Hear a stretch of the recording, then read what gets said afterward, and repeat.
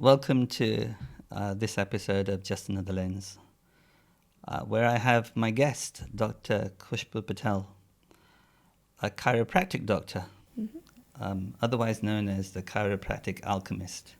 Yeah.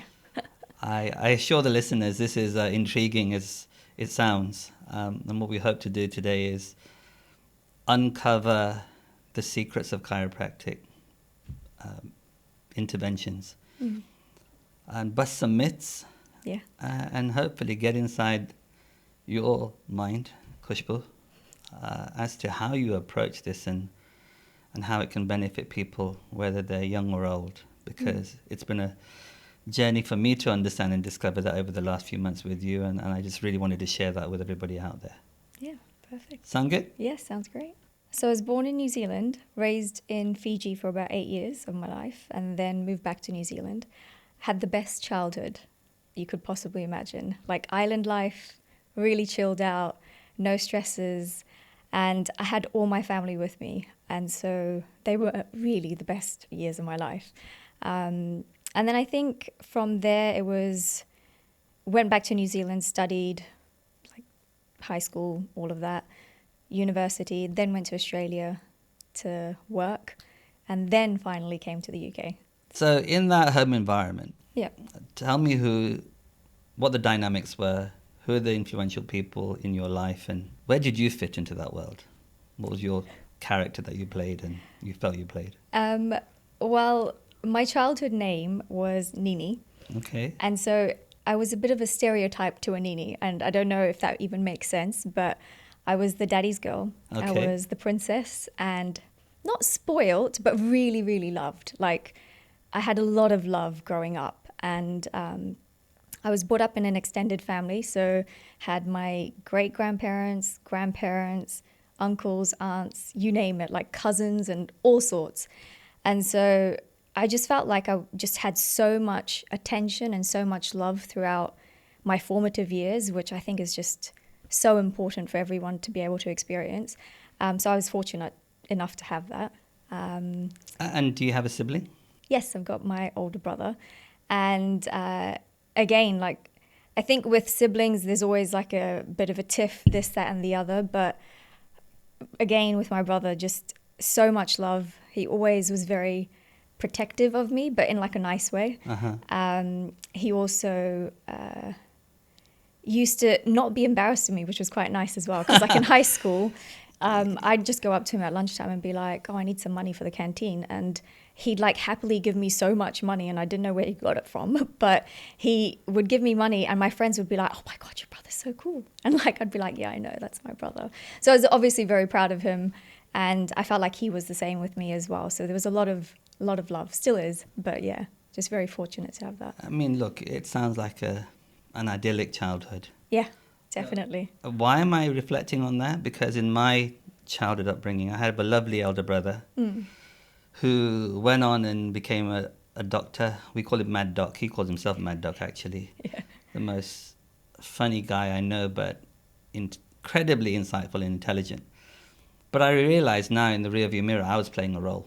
You know, there was as much as I had love around me. Yeah.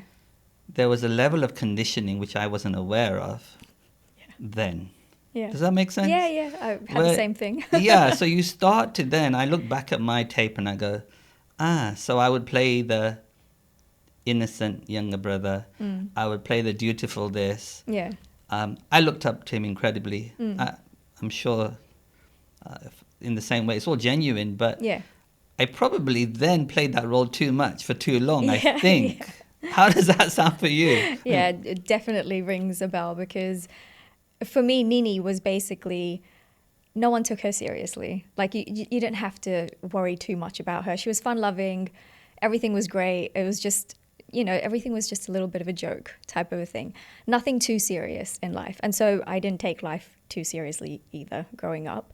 And I think, like, a classic example would be, my mum would be like, oh, I'll try to teach you how to do this or this. And I'll be like, oh, no, it's fine. It's okay. I'll learn it later on, and I'll just go off, do my own thing.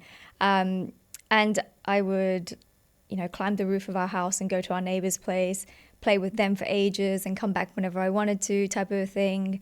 And even like when I was in Australia, I was living with my aunt, and even at her home, I was a grown-up adult and had graduated, was working, but I was still Nini. Like, nothing was too serious.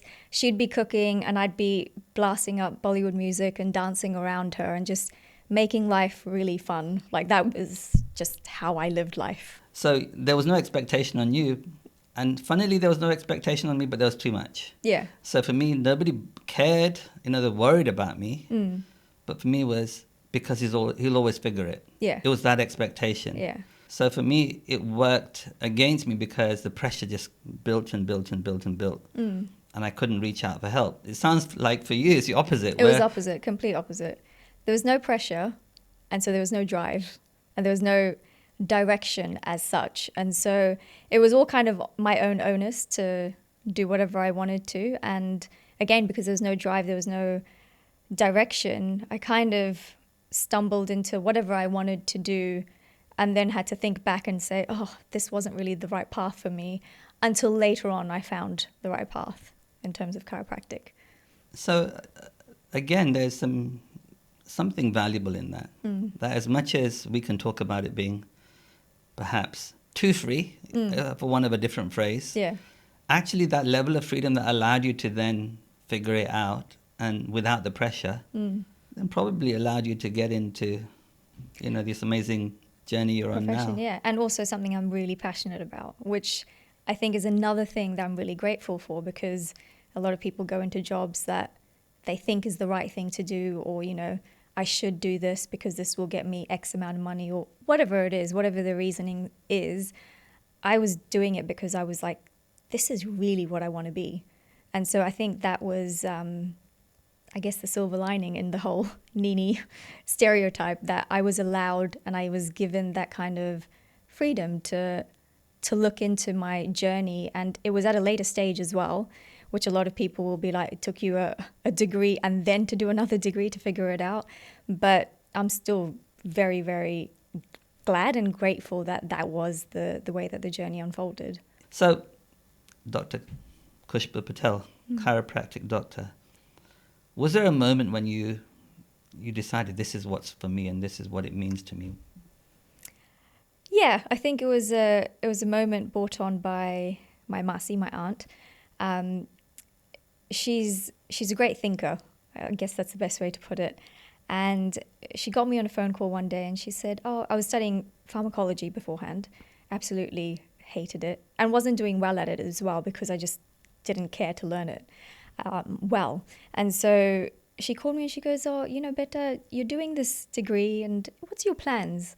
And I was like, oh, I'll do it and then I'll get a job and, just what people do type of a thing.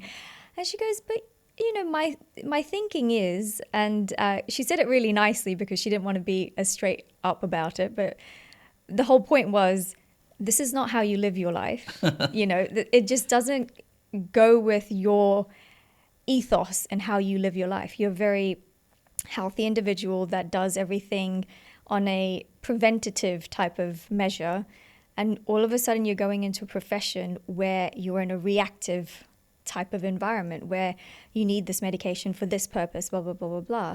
And she goes, and you're not even one to take like a paracetamol or anything like that, even if you're struggling for a little bit. And I was like, yeah, what's the point of this conversation? And she just kind of put the seed in there to be like, just have a think about it. And that bugged me for quite some time. I mean, it wasn't too long before I actually did something about it. I was just like, oh God, I have to actually really do something about it because I'm going into a career for the rest of my life and I already don't like what I'm doing. Like, it's a long life to live. And so I ended up just looking up on Google. I'm not even going to lie. Looked up on Google all the different types of health professionals and, what their career is like, etc.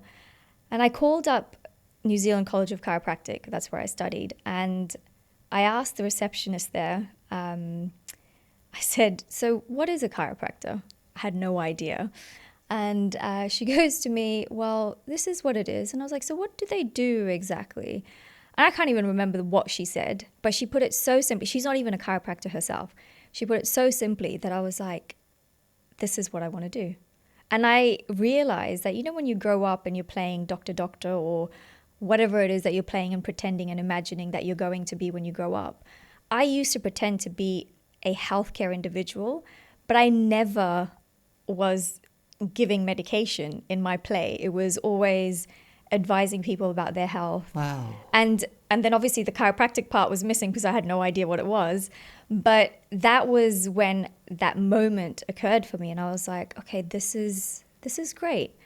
And when I went into it, I just signed up, did an interview, and they said, yep, we'd love to have you on board.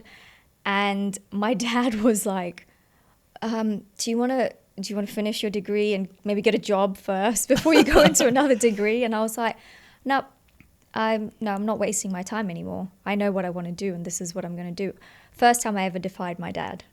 And he has never been so proud of me for defying him as well, because he's seen how passionate I am about what I do. So was he proud of you in the moment? No, he wasn't at the moment. He was really trying to be like, oh, let's just kind of think about this a little bit more. And I was just like, no, this is it.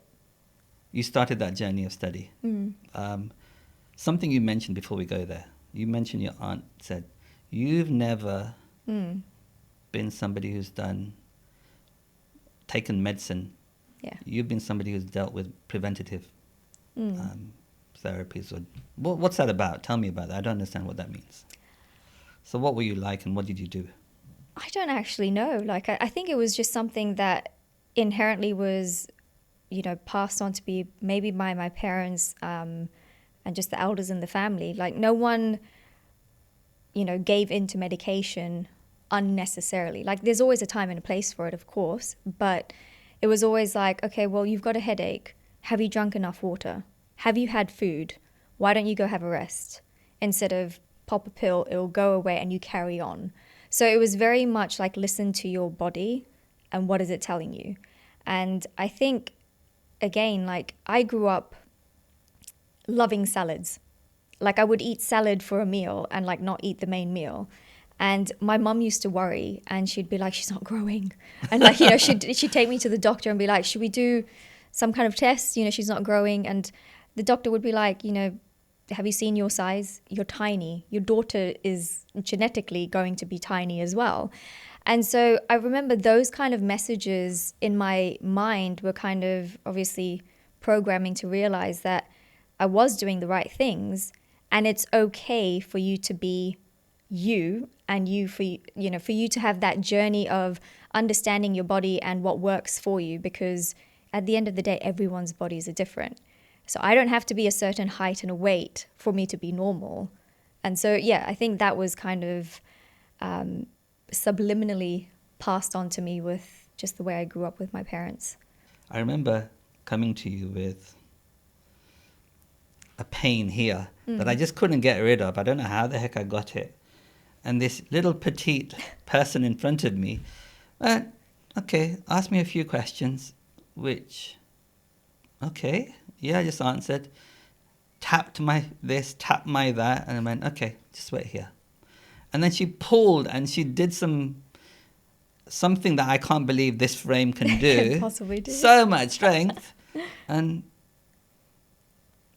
like, it fixed it. And I tried everything. I tried these compression bands and everything you can imagine, painkillers to hide it.